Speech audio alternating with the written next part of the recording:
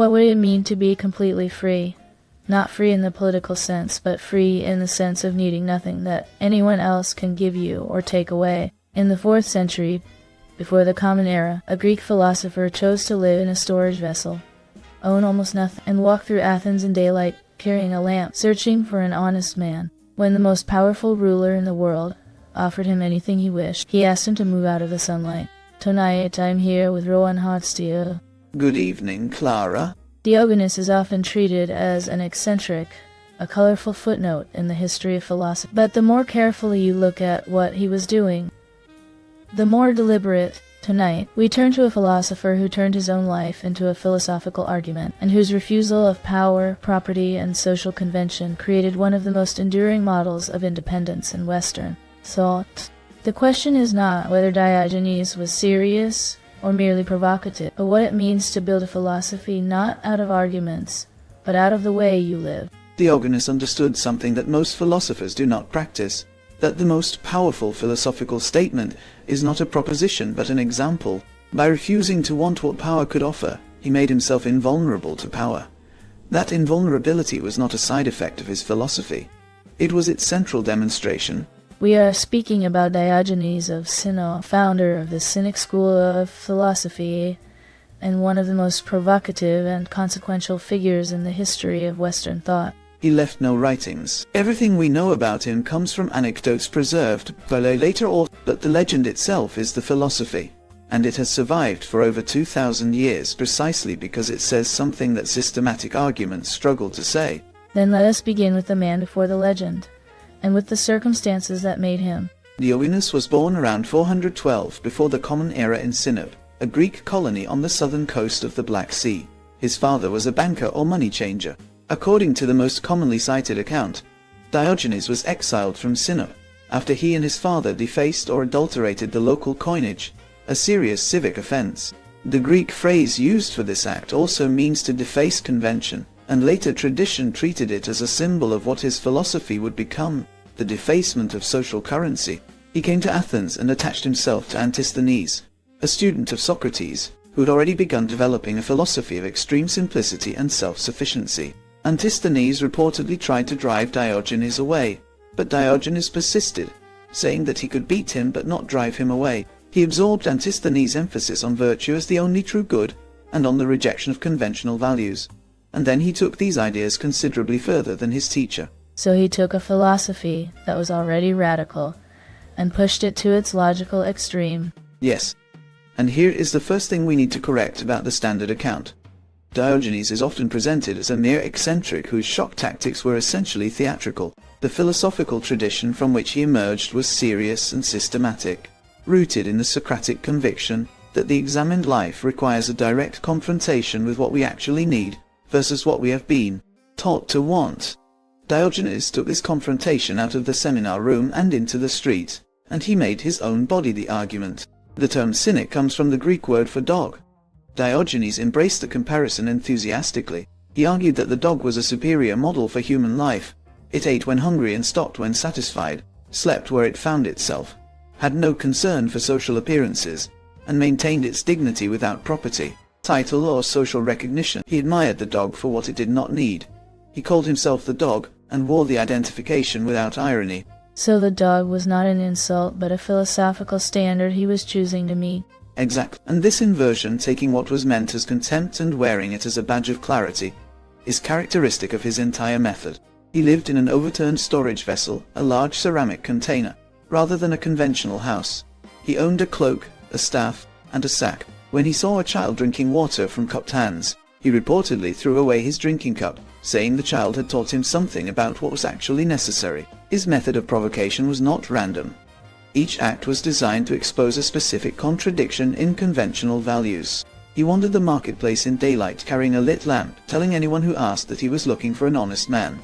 The lamp in daylight was a comment on the darkness of the world, in the midst of apparent civilization. The search for an honest man was a comment on the gap between the values people professed, and the values they actually lived by. So the lamp was not absurdity, it was an argument made visible. Precisely, and this is the turning point in how we should understand Diogenes. His provocations were not failures of social understanding, they were demonstrations of philosophical precision. To perform an absurd action in public is to force the observers to explain why it is absurd, and in explaining why it is absurd, they reveal the assumptions they hold about what is normal, which is exactly what he wanted them to examine. The encounter with Alexander the Great is the story most associated with Diogenes, and it is worth examining carefully. Alexander, then at the height of his power, came to see the famous philosopher, who lived in A. He stood before him and asked what he could do for him, presumably expecting a request appropriate to the occasion. Money, protection, a position. Diogenes, who was lying in the sun, asked him to step aside because he was blocking the light. So the most powerful man in the world had nothing to offer a man who wanted only sunlight. Yes, and Alexander's reported response is as instructive as Diogenes' request. He said that if he were not Alexander, he would wish to be Diogenes. Whatever the historical accuracy of this account, the response captures something true about the encounter.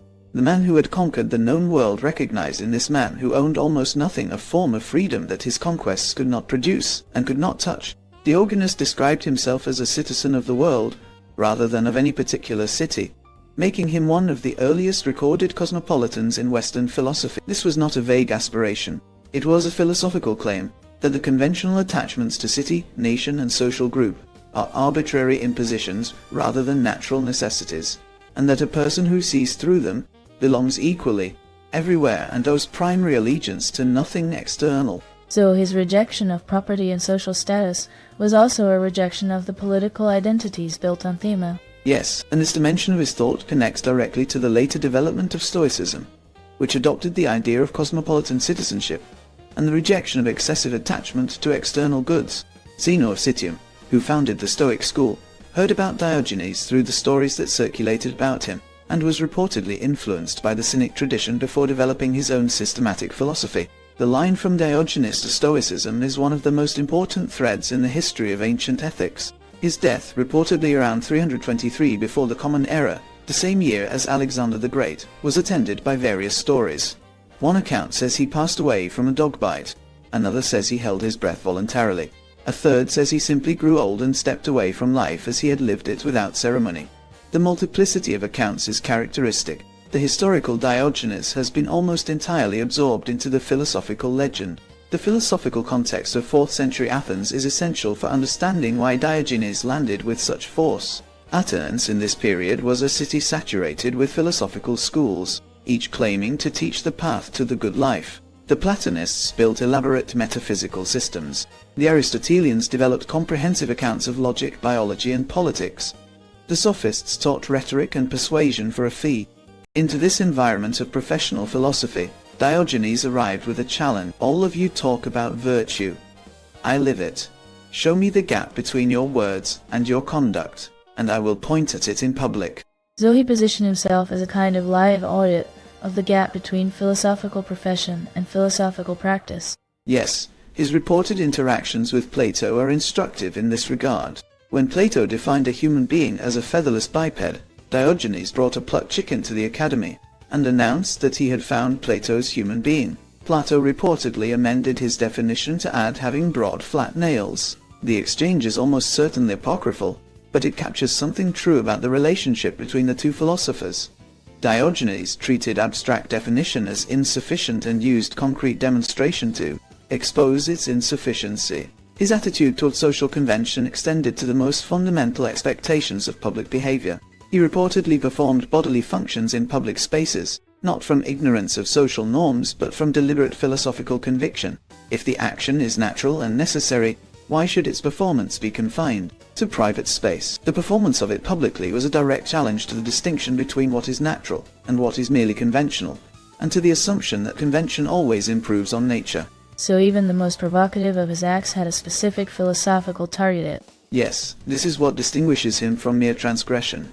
Transgression for its own sake is an assertion of the self against the norm. Diogenes' provocations were not self-assertion. They were demonstrations directed at specific assumptions.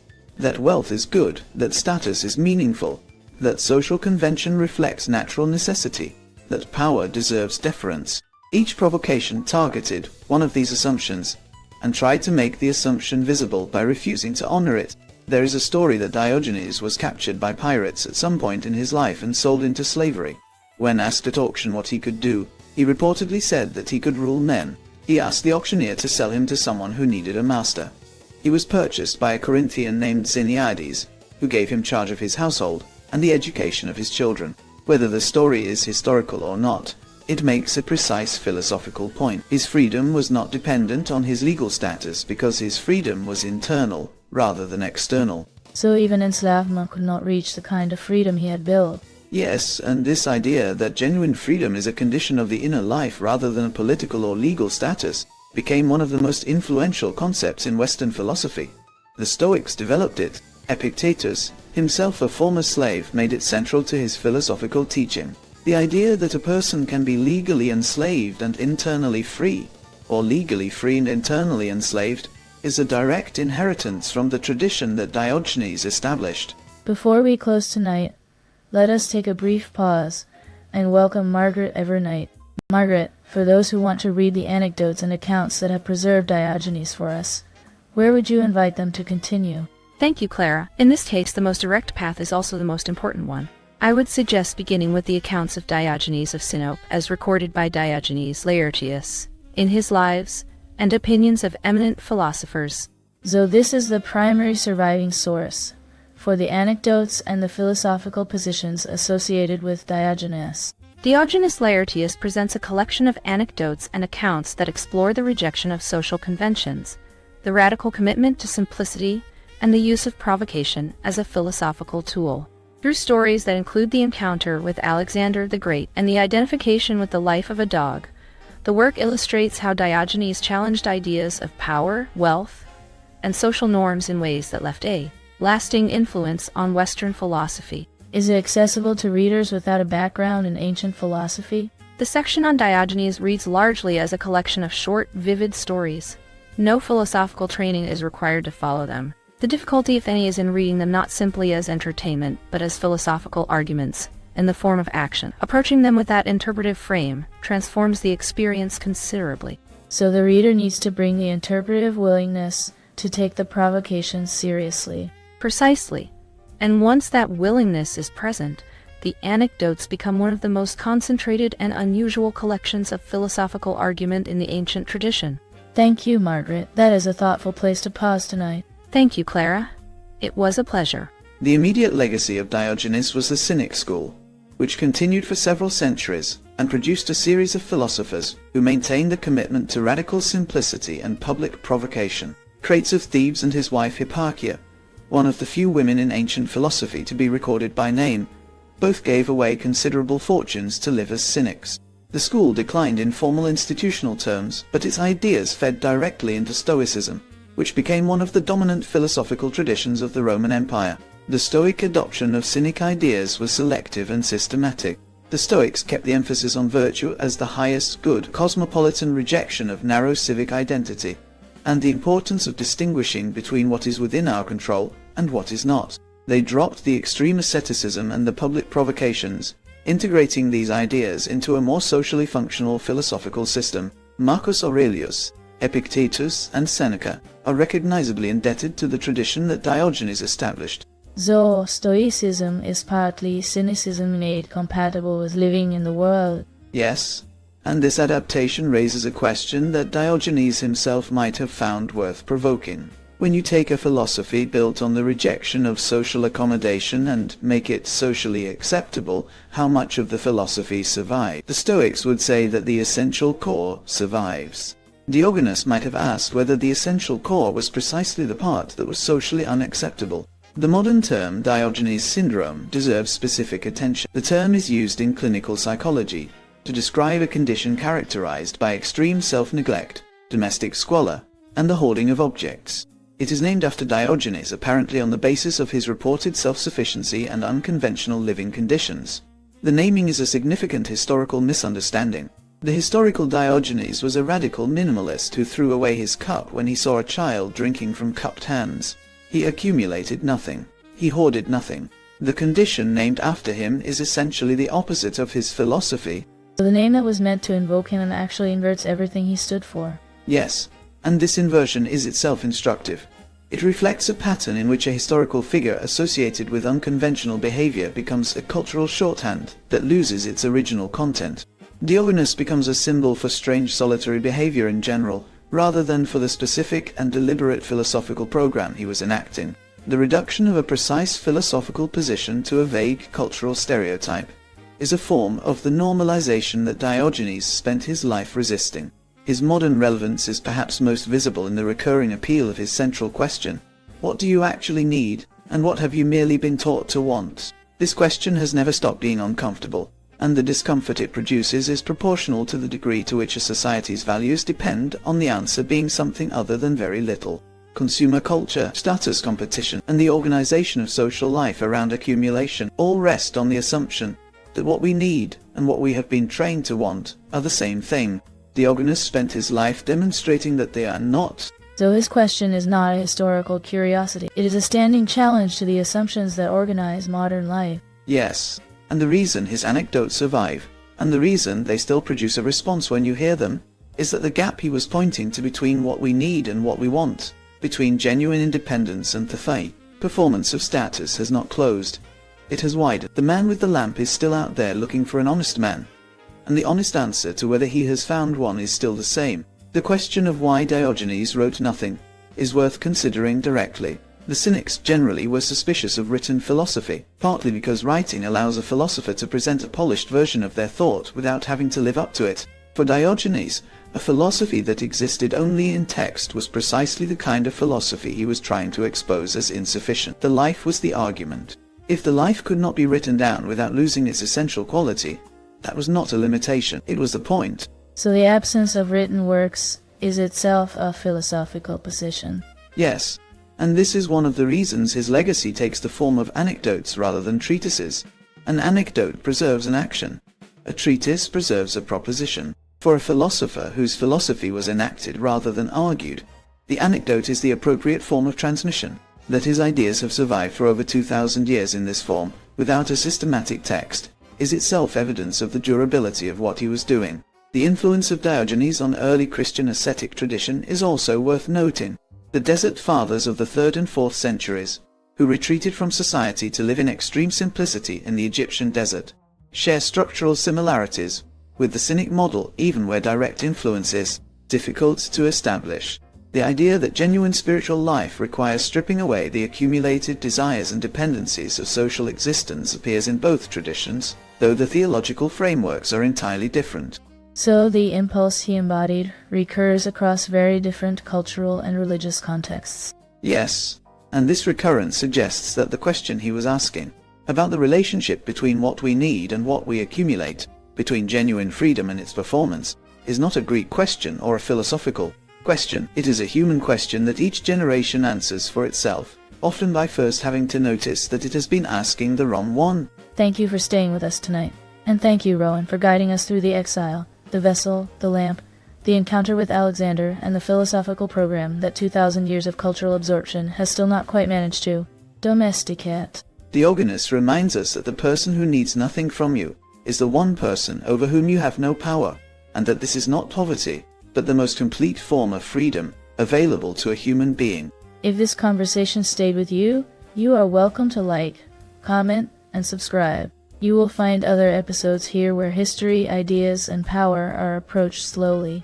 Until next time, stay with us.